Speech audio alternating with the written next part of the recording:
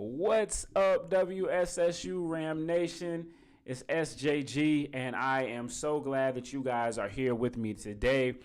This is kind of an impromptu chat session, so I'm just appreciate everybody for hopping on. Please, guys, let me know if you can hear me. I'm running this solo, so no monitor.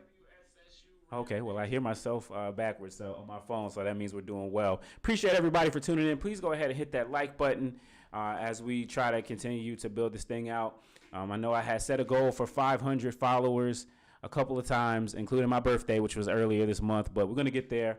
I'm not deterred, and, it's all good. I appreciate everybody who is here. Each and every one of you guys are important no matter what, so I definitely appreciate all you guys. Please let me know who's in the chat with me. It helps out the algorithm and everything, and plus it just kind of gives me an idea of who is, again, in the chat with me. So a lot to talk about, but we won't take up too much time, but I would like to have a conversation, so definitely interested in hearing different perspectives. So we're going to talk about the football season, kind of give up a wrap-up, not a whole complete season wrap-up because that's coming a little bit later. But, we are just coming off the homecoming game. And so we're going to talk about that big win and how great that was. Also, we're going to hear from some of our fellow Ramley. I had a chance to talk to folks and ask them about the tailgate versus the game, so that's a great conversation. And then we'll also touch on some basketball. Both men and women have already gotten started, and so there's a lot to touch on there, and I want to do that in a great amount of time. So appreciate everybody for watching. Please hit that like button, and we'll be back right after this.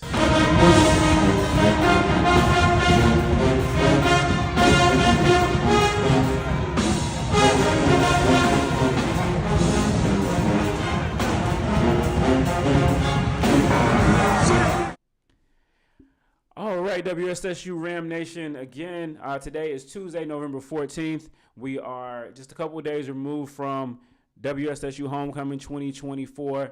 I don't know about you guys.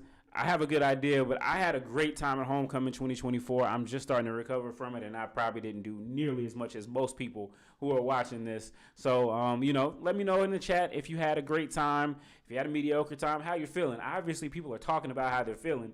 We saw that in the Facebook group, but, that's to be expected. One thing about Winston-Salem State University and the Rams, we're never going to be quiet for long. And so, obviously people have had their different perspectives and experiences, and those we have seen some of those, and some of them we are still probably yet to come. But, again, it was really great weather. I think last year when they announced that our homecoming was going to be on November 9th, everybody kind of groaned, and, it was everybody was a little skittish on it. North Carolina in November can be iffy. It could be really warm or it could be really cold. And I think, to be honest with you, we're all a little bit shell-shocked from what happened to us 2022, not to mention COVID. So with all those things being said, I think a lot of people were kind of worried it might be a cold homecoming, which might deter some people away. But actually, it ended up being really great with homecoming weather for me. I would say for me. Now, some people like a really hot homecoming. I'm not that guy, but I like a moderate homecoming. Now, I will say Thursday and Friday were pretty warm. So if you like a hot homecoming, you had that. And then Saturday I think it was picture perfect. It really was great for me. So let me know in the chat what you guys thought about the weather as well. I think it worked out very well for us. And I think we deserved that, especially after 2022 and all the things that we had to endure. Missing our homecoming there. So a lot to take in and a lot to think about. So on my way to the game, I wanted to, I always have this conversation, and I think everybody is familiar with it at this point now. And that is homecoming. It means different things to different people. In general, it means coming home. It means coming back to a place that, hopefully holds fond memories for you. If you're coming back, it probably does. And connecting with people. And so I think everybody agrees on that. But one thing that often divides us or can be a point of contention is whether or not the football game is the centerpiece of homecoming. And when I say that, I mean, if you're not going to the homecoming game, how much of the homecoming experience are you missing out on, or maybe even the point about it. And I think it's just been fascinating to watch it again. I graduated from WSSU 2009, and so it's been 50. This was 15 years for me. So I guess I'm kind of like middle of that road. There's people that have been out of school for 30 and even 40 years that still come back for homecoming, and then there are people that have only been out for a year or two, or maybe even 5, and they're still kind of new to this. So I think everybody has their different perspectives on it, depending on if you're a sports person. I think about what's your age, what's your experience on the yard and not on the yard. And I think that plays a role in it because, a lot of folks don't make it past the tailgate. Let's be honest. So what I did was before the game, I decided that I wanted to have a conversation with some folks, just kind of ask some people whether or not they were going to the game and kind of get the feel and the vibe for it. So I did get a chance to have some conversations with some folks, and shout out to them. I'll come back to them on the other side, and we'll talk about the game a little bit. So here's a little bit of what I got. Yeah, so we're at the tailgate, obviously very popular. Obviously everybody doesn't make it in. Are you going to be going into the game? Definitely, I'll be going into the game. Now, is that something that you do all the time? Eventually go into the game. I will be in the game. Okay. Got you. So what keeps you going to the games? I know the team has been down for the last couple of years. They're kind of on the upswing this year, but still a lot of people are kind of staying out. What keeps you going to the game? At the end of the day, this is still home. I still got to support the school regardless. Not a fair weather fan. I like it. Appreciate you. So let me get your name, please. Shanta Hamid Caldwell. All right. And you are a WSSU alumni? Absolutely. What class? 1999. Stop lying. 25 years anniversary. Let's go. Okay. Awesome. So we're out here at the tailgate area, very popular area. Are you going inside the game? Absolutely. Okay, so you believe in going to the game. I know the tailgate culture seems to have really blossomed and the attendance has kind of trailed off. What keeps you going back to the game? I'm a football girl, and this is my legacy. So I was a cheerleader. I gotta go in and support football. I love football. So the tailgate is getting live. It'll be liver when I get out the game. I'm Joshua Lockhart. All right, what's your class, sir? Class of 2010. Okay, all right. So we're at the tailgate. Obviously every year the tailgate is popping out. Are you going into the game? I think I might try to make a little trip into the game. I might. Yeah. How has it become increasingly difficult to get into the game now? Because it seems like the tailgate culture is kind of taking over. Listen, sometimes you don't want to leave, man. The tailgate, you see what's happening right here. There's some culture going on right here. So people don't necessarily want to leave. So yeah, it might rival the game a little bit. Okay, that's bad. What makes you when you decide to go to the game, what makes you decide to go? When I decide to go to the game, what makes me decide to go is like when I was in school, I really didn't come to the tailgates like that because I didn't probably have associations until I got a little older. So I used to come to the game because that was what homecoming was, seeing the band, cheering on the team, taking down our rivals and things like that. That was what homecoming was, seeing the court. I've been on court before, so I definitely participated in the parades, all different types of aspects of homecoming. So that's also a different aspect of homecoming. But it all comes together and make homecoming what it is. What's your name, sir? My name is Jeremy Lee. All right, so you're a student, alumnus? I am an alumnus of Winston State, class of 2013. All right. We got a little jokester behind you. I felt it in the back. I felt somewhere. Yeah. So we're out here in the infamous gravel lot. Yes. Are you going into the game? So I'm not going to the game, but I did buy a ticket for the game in advance. That was my first choice not to go. I did buy a ticket. I did support athletics. We get a win inside. My money been accounted for. Yes. Yeah, yes, sir. No doubt. So, over your years at WSSU, have you seen the culture shift to more of the tailgate and less of the game?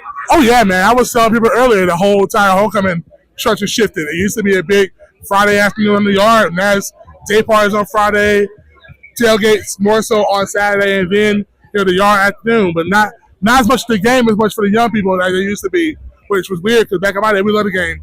And because we used to win a lot back then, I don't know. What do you think it'll take to maybe get more people to go into the game? Ooh. I think that the school has to do, I don't know, man. I think some fan engagement might help a lot more. Like the actual engagement throughout the entire game experience. I think that they had also a bit of like coaching for themselves. Like you make the coach you want to see the games happen. Back in the MEAC days, my years, we lost games all the time, but we still love the energy and love being around each other in the game. So we're young in there. So they got to really want it for undergrads to be in there and be in that space. Hopefully, they do more fan engagement, more engagement with the students, so they have some things they do as well. Something like that. I don't know.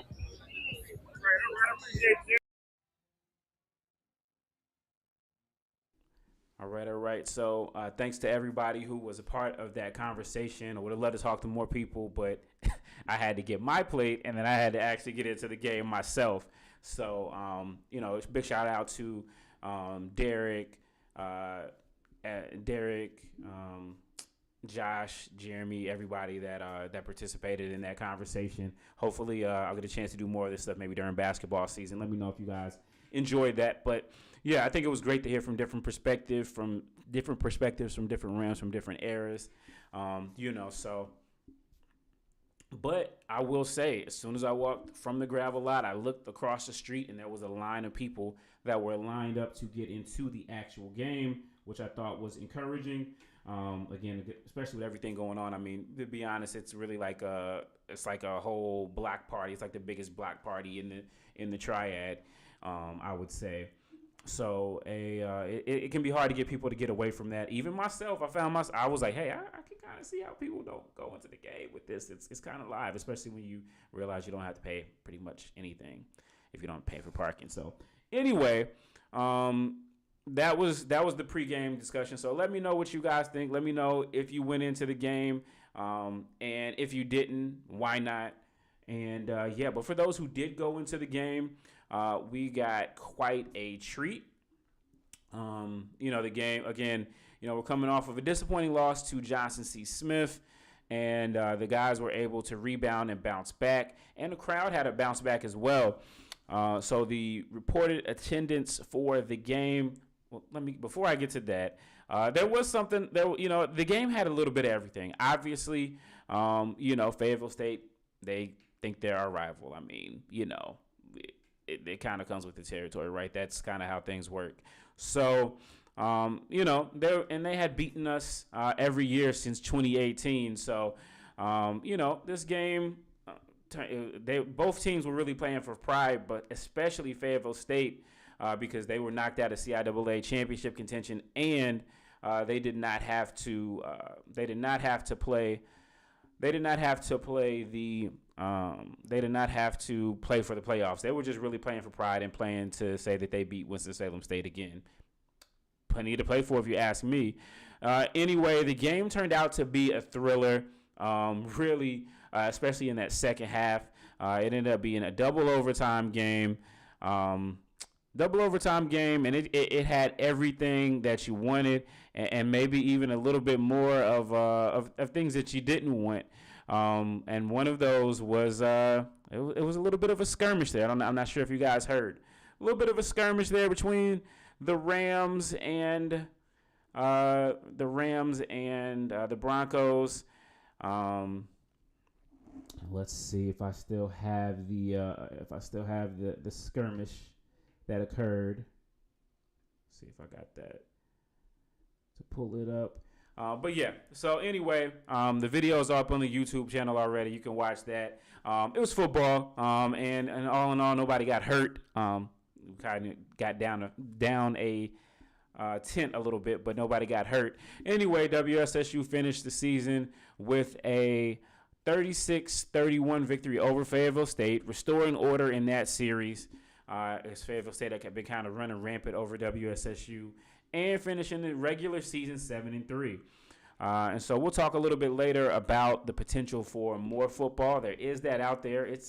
I'm not gonna spoil it for you. I'll spoil it for you guys. It's not great, but there is potential there for more football. But one of the big wins, no matter what, obviously this season WSSU was predicted to finish 6th in the CIAA.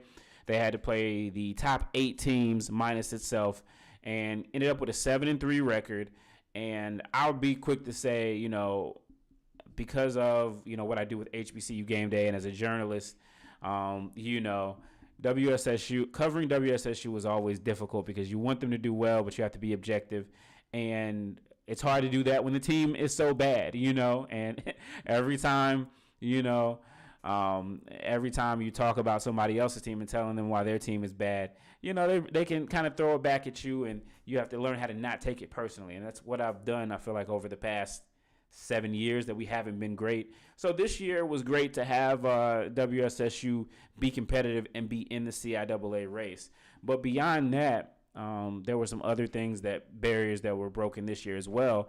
And one of them was in the world of attendance. So the attendance for the game on Saturday was listed as 12,000.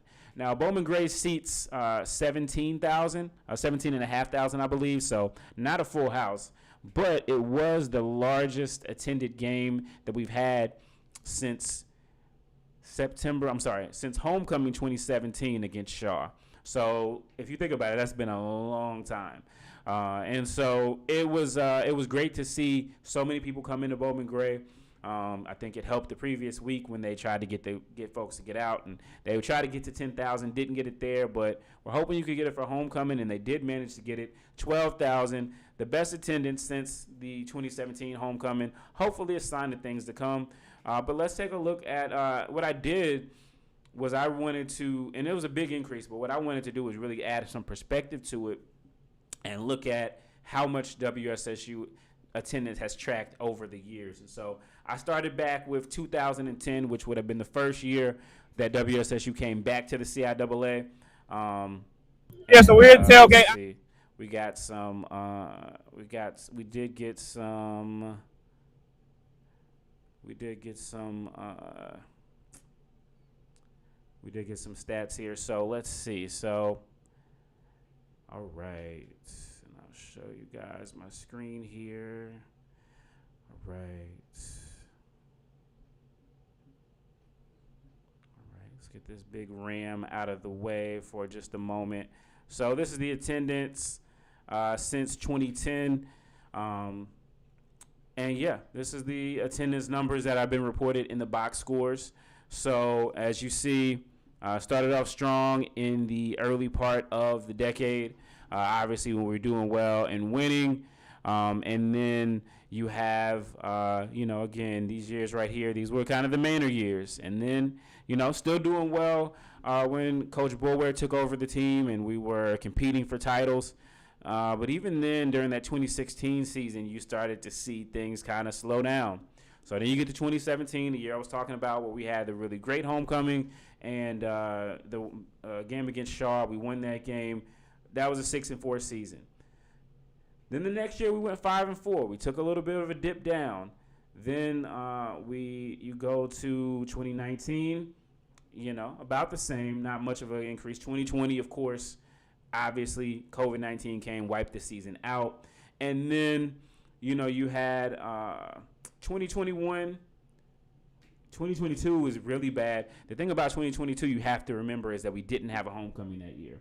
So, it's homecoming is a game really that helps out our average tremendously. Generally, if you look at the attendance over those decades, the attendance has been skewed to basically the first game of the year. You get a lot of attendance. We tend to have really good attendance, better at night games than during day games, for what that's worth. Obviously, those happen earlier in the season, a lot of optimism too. But, again, so you see, since the pandemic, we've been down pretty bad. I mean, these numbers are not great. But if you see this year, the uptick, we averaged, according to the box score totals, so we've averaged over 7,000, kind of closer to 8,000 and 7,000 fans per game this year. The first game of the year against Ohio Dominican, we hit that 74-50. I think it was like 74-50 was the number. And, we took a couple dips down with Bowie State, Shaw. The Shaw game was one where the students weren't there.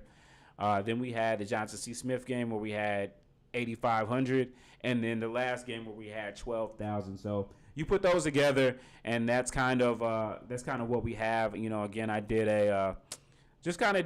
I went back and did the numbers. I am not the numbers guy, so shout out to ChatGPT doing what it does and making life easier for me there. But these were the numbers. The average home attendance is over the years. First couple years back in the CIAA, a lot of attendance, and then you get to that point, even in 2012, where our record was really good, our average home attendance wasn't that great. Well, it started to take a dip, let's say that. And then it just kind of progressively went down. But this season was a tick up. So we also have 5 games this year, which means that, you can have a not so great attendance. Like the Shaw game was 3,000. Again, the students were out there. You can have, if you only have 4 games, that really makes it hard. But, having 5 games definitely gives you a cushion. So, you guys let me know what you think about this. Whether you think we are back as far as being there in attendance. I do believe we'll probably end up finishing second to Virginia Union in the CIAA in attendance. Virginia Union plays with the numbers. I don't care what anybody says. They play with the numbers. They said for our homecoming, we had 12,000, which would be the second highest in the CIAA. Compared to Virginia Union, they reported almost 15,000, even though their stadium doesn't fit. 10,000 is their capacity. So you go figure. I've been there before. You can cram some people in there, but yeah. So again, just kind of a reflection of a winning season. And that was the bar. It was that way. Just kind of a reflection of a winning season. Again, they were picked to finish 6th. A lot of people, people were kind of squeamish on it. Shout out to our very own Amber R. She's got her degree, her master's degree. She's out doing her thing in the professional space, so she couldn't be here. But we talked about it early on, and in the preseason, her, myself, and B Dot, she said 3-7. And I convinced that 6-4 was possible. I didn't think 7-3 with that schedule. I didn't think that there would be that much improvement. But hey, you know what? If I'm gonna be wrong about something, I like for WSSU to prove me wrong and overachieve. So, there were some bumps in the road for sure. I felt like that North Carolina A&T game, we definitely, had that one in our palms. We also did have to play, they were playing with the clock, but, that was right there. We were right there in overtime. We could have won that game. Johnson C. Smith was another game where I was disappointed. Virginia Union as well, but I kind of figured Virginia Union would be tough for them. That would kind of be their mountain to climb. But I felt like after that game, the Johnson C. Smith game, they should come out and be more prepared. So I got to tip my hat to Coach Massey and this staff. A lot of us have been, hard on him, or we have a lot of expectations to win and be great. The last 5 coaches have all won at least 2 titles in their time at WSSU, and up to this point, Coach Massey has not, and they hadn't been close. This year they got a step closer. Again, in playoff contention, there's a really long shot that they'll get a chance to go. They basically need so many things to happen, so many good teams to lose. It would be an absolute shocker if they did go. But they're 7-2 in terms of Division II. They do have wins over Shaw, over Livingstone. And there was another team that they beat and Virginia State. So they've got 3 teams that they beat with at least 6 wins, one of them with 7 wins, who's going to play for the CIAA championship. So, still not everything, there's still always room for improvement. A lot of people felt like offensively, a lot of times in games, they were still kind of playing not to lose instead of playing to win. That's, we look at some of the margins of victory. Some of the times you would have liked to see more margin of victory. I think the margin of victory against Bowie was pretty solid. The margin of victory over Livingstone, pretty solid. So those were 2 games. But, when you look at Virginia State and Virginia Union, even Johnson C. Smith, teams that are more offensively minded, they kind of really put that distance between them and the lesser teams. And, you want it, offense is sexy. And who doesn't like it? So we'll see. We'll see on that end. But anyway it goes, a really solid season for WSSU, something to build on. A lot of those guys are going to be lost. But we'll talk about in depth about the season a little bit later. Let's talk about basketball a little bit. Let's talk about basketball for just a second. And we'll start off with the women's basketball. So the basketball season actually got started kind of under wraps because everybody was at homecoming, and both the men and women were on the road taking on opponents, and so they didn't get a chance to enjoy all the festivities that everybody else did. But shout out to them for getting on the road and getting the season started. So let's start with the women. So the women started the season. Pull up here. Basketball schedule. The women started the season with they started actually back on November 1st, an exhibition game against Elon. Tough game for them, but they started off the season at the Jim Crawley Conference Challenge, and they played Frostburg State University, and they played it. The game was the final score of the game was 66-63. But actually, what happened is one of the young ladies actually hit a shot that cut the lead to 1, or actually tied the game. But she was called for traveling. It's tough playing in these non-conference tournaments with these other schools. Most of the time PWIs, most of the time out of the state. Different referees that referee the game differently. Unfortunately, we haven't had, it'd be great if we could host some of these on our own, but, maybe we'll get to that at some point. Anyway, they lost that game 66-63. And then the next night, November 9th, on Saturday, the next day, they lost 67-55 to West Virginia Wesleyan College. So 0-2 start there, but they were able to come home on Wednesday night, and they were taking on Lees McRae. And look, man, shout out to Coach LaTanya Lamont and her staff, man. Those young ladies, they came out and really, kind of took control. It was 14-9 after one quarter. Quarter 2, they outscored them 21-9. So you're going up at halftime. You're talking about a 35-18 lead. And then in the second half, they made sure that they still managed to outscore Lees McRae as well. So they had a 69-51 win. So an 18-point victory to kick off home season is pretty good. Lees McRae only shot 28%. You had WSSU. They only shot 41%, but they really crashed the glass.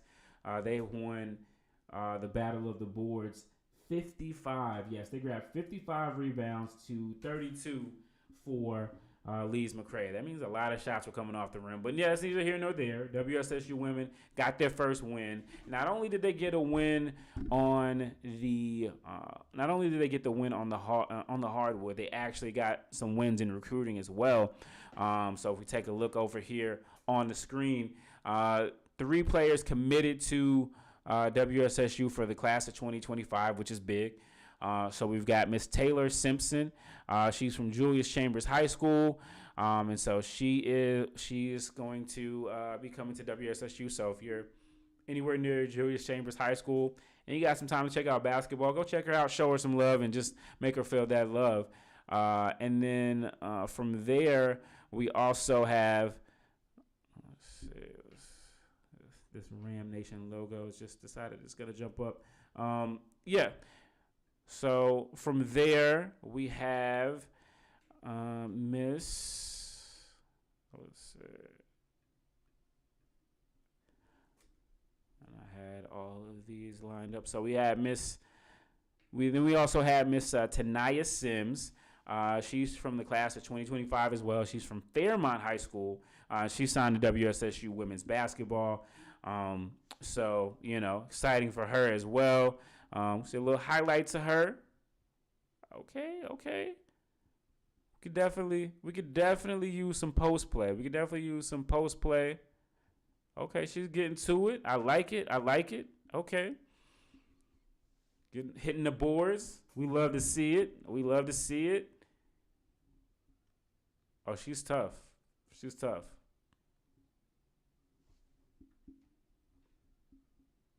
She's real tough. Yeah, guys. Yeah. Let me know if you guys like what you see. I see a lot to like there for sure. And then we have Miss Chloe Thompson. Chloe is from Terry Sanford High School, and she has signed to WSSU. We'll get a little bit of her game. Looks like she's a guard. Okay, she likes to have fun. We love it. Please make sure you guys hit the like button so that this can continue to go up and we'll get more people to check this out. Okay, to the basket. Okay, a little floater. Okay, she's D'ing up. Not afraid to play on defense. I'm sure Coach Saman and her staff will love that.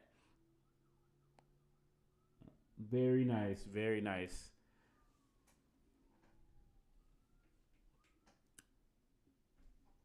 So yeah, and then so they are now 1-2, and on Friday they're going to be heading down to Spartanburg, South Carolina, to take on Converse University. So yeah, be sure to check them out if you're in the Spartanburg area. I'm sure they would love to have some home crowd in front of them. And then we got the men. So the men, like the women, they had a rough start. They went up to Virginia State on Friday, and they faced off against Shepherd first.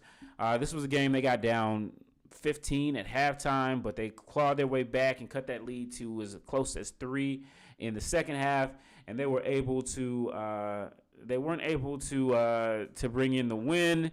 So unfortunately for them, they started off 0-1. Then the next day they took on Gannon, and that one was even worse. You can't mince words.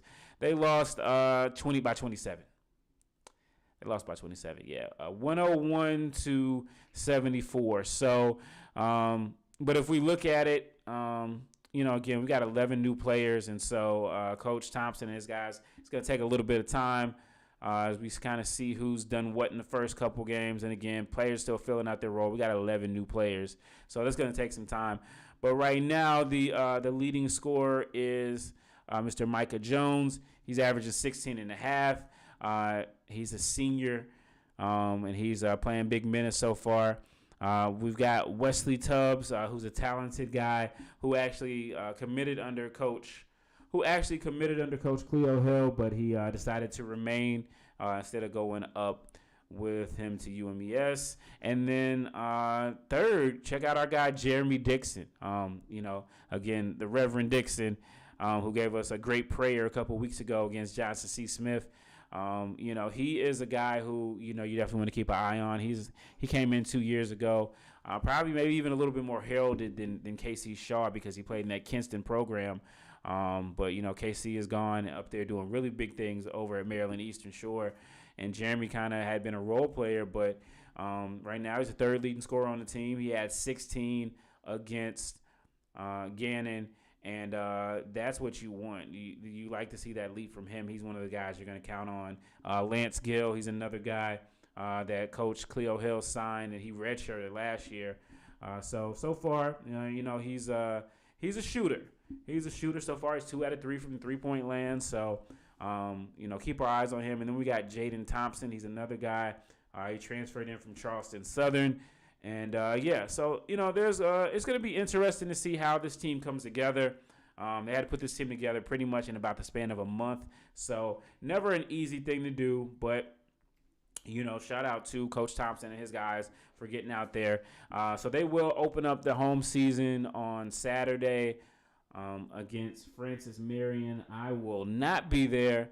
I'm going to be over at the CIAA championship game, so I won't get a chance to see the home debut for the guys, but hopefully they'll be able to take it home. And then they got another game on Tuesday which is, I'll probably be able to catch that game. So they got a couple games at home in North Carolina, at WSSU before the student break, and I think they got a couple during the break maybe as well. So get out and check out the new look Rams and support those guys. It's a new era, but the expectations are the same. Coach Thompson knows it. Everybody knows it, and I think we're all excited about it. So, yeah, I appreciate everybody who tuned into this on the live.